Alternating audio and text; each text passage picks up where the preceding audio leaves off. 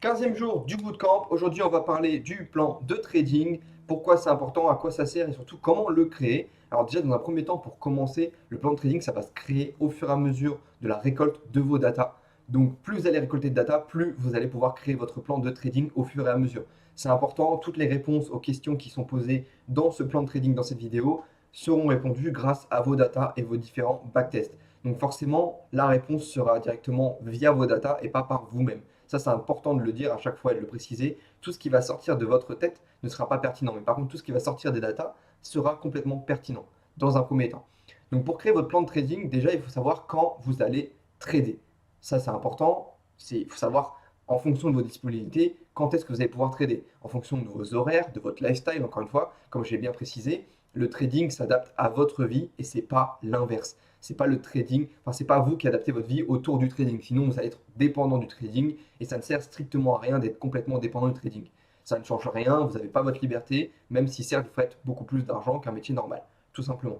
Mais c'est bien d'adapter votre trading à votre vie actuelle. Donc si vous êtes plutôt libre à la session US aux horaires d'après-midi, ben vous allez prendre vos datas pendant la session US, pendant l'après-midi, tout simplement. Là, vous allez être un peu plus libre au niveau du planning. Si vous êtes plus du matin, fin de session asiatique, début de Londres, et ben ça va être fin de session asiatique, début Londres, pour faire un maximum de data pour voir ce qui revient le plus durant ces horaires-là. J'ai parlé des macros, mais ça pourrait très bien être aussi les liquidités de session qu'on a vu ensemble, de la liquidité de session asiatique, tout simplement, comme ça pourrait être juste des order blocks en 15 minutes, en 30 minutes ou en H1, ça dépend de comment vous allez backtest tout ça, tout simplement. Donc il y a plein de possibilités différentes, mais le but, ça va être de vraiment déterminer déjà vos horaires. Plus vos horaires seront déterminés, mieux ce sera. Bien sûr, ne soyez pas en mode, alors moi je peux trader que à partir de 11 h jusqu'à midi, j'ai qu'une heure pour pouvoir trader. Va falloir être flexible, forcément. Est-ce que vous avez la possibilité de mettre des alertes sur ce que vous allez trader? Est-ce que vous allez analyser? Est-ce que vous avez la possibilité de prendre votre téléphone pour pouvoir regarder vite fait 2-3 minutes le temps que s'il y a une alerte qui a sonné, etc., etc. Ayez quand même une certaine flexibilité, si possible, je précise bien. Si ça n'est pas possible, eh ben, il va falloir trouver autre chose. Mais des horaires ultra précis, à chaque fois, va être compliqué, sauf bien sûr horaire macro, comme on en a parlé dans la vidéo juste avant, tout simplement, dans le jour juste avant. Donc on avait parlé des macros, c'est une possibilité d'avoir une session de trading un peu plus précise, mais généralement avoir quelque chose de très précis dans les mêmes horaires tous les jours, ça reste quand même assez rare, tout simplement. Donc on verra ce que ça va donner au fur et à mesure de vos datas. Donc est-ce que vous allez trader New York, Londres, l'Asiatique, en fonction de vos horaires, ça c'est à vous de voir en fonction des datas. Ensuite, on va parler des paires de devises. Donc, quelle paire de devises, que ce soit le forex, soit les indices, soit la crypto, soit les métaux, tout simplement. À vous de voir aussi ce que vous allez trader, ce qui revient le plus dans vos backtests. Donc, est-ce que vous comprenez aussi comme paire de devises? Est-ce que vous comprenez mieux le forex et du coup, l'euro USD serait une bonne paire, comme GBP USD ou autre type de paire de forex? Le but, ça va être de déterminer la paire de forex que vous comprenez le mieux. Quand on dit comprendre une paire, c'est savoir si vous êtes en structure baissière, si vous êtes en structure haussière, savoir repérer les liquidités pour savoir où est-ce que le marché veut aller, etc., etc. C'est vraiment le côté simpliste du trading, c'est-à-dire repérer les zones, savoir si vous comprenez le marché et ce marché-là en conséquence. Par exemple, moi, je vais vite de m'aventurer sur le BTC USD, donc sur les cryptos au maximum, parce que pour moi, c'est un marché beaucoup trop volatile et surtout beaucoup trop instable. Pourquoi instable? Parce que forcément, par rapport au forex et aux indices, en fait, le marché dépend de ce qu'une personne puissante peut dire ou de certaines choses qui peuvent se passer et il fait surtout les mouvements qu'il veut. C'est-à-dire que parfois ça va être corrélé au dollar, comme parfois pas du tout. Donc en fait, ça peut être tout ou rien et c'est pas forcément la meilleure chose à mes yeux. Voilà, il y a trop de doutes et ça ne rentre pas dans mon plan tout simplement. Donc ça ne sert à rien pour moi de le trader et de forcer la main dessus. Par contre, le NAS 100 est un indice plutôt clair. Il marche avec les annonces US, il se passe aussi en fonction de ce qui se passe aux US.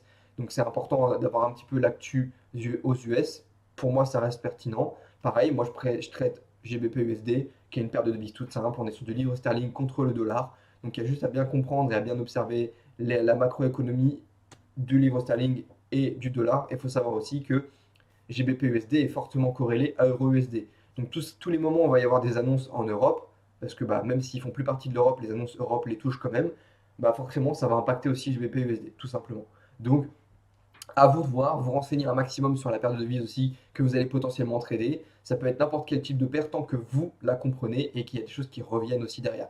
Donc forcément, il faut que vous la compreniez dans un premier temps. C'est important. Ensuite, on va voir comment les trader, donc la stratégie et les concepts que vous allez utiliser. Ça peut être autant la macro, enfin les horaires macro plus IFVG ou FVG, à vous de voir, comme ça peut être BSL-SSL plus un MSS, mais ça pourrait très bien être BSL-SSL plus IFVG ou FVG ou order block, ça peut être vraiment n'importe quel type de concept, ça va dépendre de votre vision du marché et de ce qui va se reproduire pour vous aussi dans les datas que vous allez récolter. Le but, c'est vraiment de tester différentes choses pour voir ce qui revient le plus pour vous et ce qui est le plus fonctionnel aussi pour vous, forcément. Ensuite, vous pouvez avoir aussi de l'order block plus englobante ou la tendance high and low plus breaker block en l'occurrence. Donc BB, c'est bien breaker block, c'est le diminutif. Simplement pour réduire en l'occurrence, tout simplement. Et par rapport à ça, déterminer ce qui revient le plus pour vous. Là, c'est à titre d'exemple ce que je vous ai mis. Ça pourrait être tout autre concept, ou ça pourrait être macro plus MSS, ou ça pourrait être order block plus IFVG. Ça peut être vraiment différents types de concepts. À vous de déterminer, par rapport à ce que je vous ai appris dans le bootcamp, quel est le mieux pour vous et qu'est-ce qui revient aussi le mieux pour vous. Bien sûr, au début, allez-y vraiment à l'affect au niveau des concepts que vous comprenez le mieux. Et au fur et à mesure, regardez si ça vous correspond ou non aussi. Parce que certains concepts ne correspondent pas à certaines personnes. Vous avez plusieurs types de concepts, il y en a des centaines et des milliers, mais tous les concepts ne correspondent pas à tout le monde. Il y a des gens, ils vont être plus dans la lecture de structure, donc plus dans les suivis de tendance, donc order block, ou alors high and low, qui suivent la tendance, forcément. Et il y a d'autres gens qui seront vraiment dans le suivi de liquidité, donc tout ce qui va être macro, VSL, SSL, ou juste prise de high and low, suffira amplement sans lecture de tendance. Donc, déterminez aussi votre façon à vous de trader, votre compréhension de marché. Est-ce que ça va être la tendance? Est-ce que ça va être les liquidités? À vous de voir qu'est-ce qui revient le plus pour vous, tout simplement. Et ensuite, pour finir, quel pourcentage de risque par position? Parce que oui, c'est important de le définir aussi.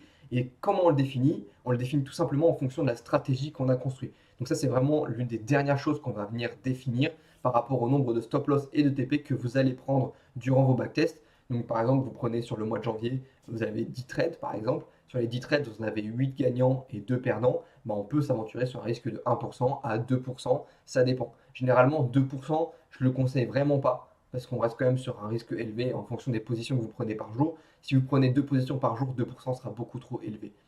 Je préfère que vous preniez 1% plutôt que prendre 2% parce que forcément, vous perdez 2 trades, ça fait moins 4% et ça va très vite aussi si jamais comment dire, le plan de trading ne suit pas et c'est important de bien le déterminer. Donc, généralement, si vous êtes sur 8 trades gagnants sur 10, favorisez du 1 à 1,5%. À vous de voir aussi avec lequel vous êtes le plus à l'aise et lequel est le plus pertinent. Mais si généralement sur un mois vous prenez 10 trades et que sur les 10 trades vous avez plus de 5 gagnants, 1% sera largement suffisant. Si vous êtes en dessous de 5 gagnants, 0,50 à 0,25 sera beaucoup plus pertinent. Ça va dépendre après le nombre de positions que vous allez prendre. Mais si vous êtes sur 10 trades le mois et que vous êtes à 4 trades gagnants pour le reste perdant, favorisez du 0,50 à 0,25 par position de risque, tout simplement. Ça va être pertinent. Après, à vous de voir avec lequel vous êtes plus à l'aise, ce qui vous correspond le mieux. Ça dépend que de vous, mais ne montez jamais au-dessus de 2% de risque, tout simplement. Surtout si votre objectif par la suite, c'est d'aller sur Profirm. 2% de risque, c'est énorme par position, à moins que vous preniez qu'une seule position par jour. Dans ces cas-là, ça suffit amplement, mais n'allez pas plus haut, tout simplement. Et ensuite, combien de trades tu vas prendre durant ton trading? Ça revient un petit peu à ce que je disais juste avant. On va voir combien de trades tu prends par mois pour vraiment prendre l'habitude et savoir que ok, tu peux être capable de prendre plus ou moins sur la semaine, par exemple, 4 à 5 positions, ce qui ferait une position par jour, comme 4 à 5 positions sur une journée, tout simplement. Donc à vous de voir ce qui revient le plus, ce qui est le plus pertinent, et surtout, est-ce que vous êtes à l'aise avec ça? Est-ce que ça revient bien? Est-ce que ça se répète bien? Etc. etc. Voir ce qui vous rend le plus à l'aise, et ça se rejoint au risque du coup que vous allez prendre aussi par position. C'est un mélange des deux, mais combien de trades tu vas prendre, et du coup le risque qui va s'adapter au nombre de trades que tu vas prendre. Ça compte aussi avec le nombre de stop loss et de TP que tu vas prendre. Bien sûr, il y en a plein qui parlent aussi de win rate. Alors le win rate, que vous ayez 30% ou vous ayez 80%, la stratégie peut être tout autant rentable. C'est juste le nombre de stop loss et de TP que vous allez prendre qui va varier. C'est tout. Donc après, à prendre l'habitude psychologiquement, si vous êtes à 30% de win rate, vous savez que vous avez plus de chances de vous prendre un stop loss que de vous prendre un TP. Et il faut partir avec la bonne mentalité par rapport à ça, tout simple. Donc j'espère que tout ça c'est bien clair. Ça reste assez précis forcément, mais c'est les points importants à déterminer si vous voulez construire votre plan de trading et que vous voulez avoir quelque chose de vraiment précis. Plus ça sera précis comme ça et précisé, moins il y aura de doutes sur ce que vous faites, moins vous allez douter et plus vous allez être pertinent et intéressant dans ce que vous allez faire au niveau de votre approche et de votre trading. Et surtout, il y aura moins de réflexion de votre part, tout simplement. J'espère que la petite vidéo vous aura plu et puis on se retrouve demain pour la prochaine vidéo. Ciao, ciao!